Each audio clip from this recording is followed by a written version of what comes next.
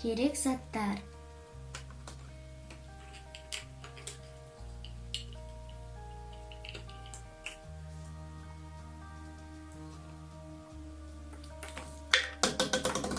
Кесіп алдық осылай. Енді оны саламыз осылай.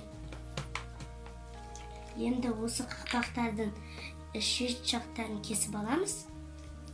Үш қақпақтың үш жақтарға клейлейміз, ыстық клеймен.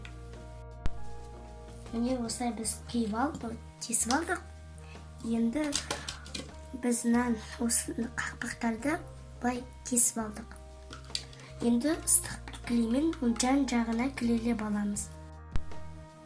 Міне біз осы қақпақтарды клейлеп алдық ыстық клеймен. Енді өзіміздің заттарымызды саламыз осылай.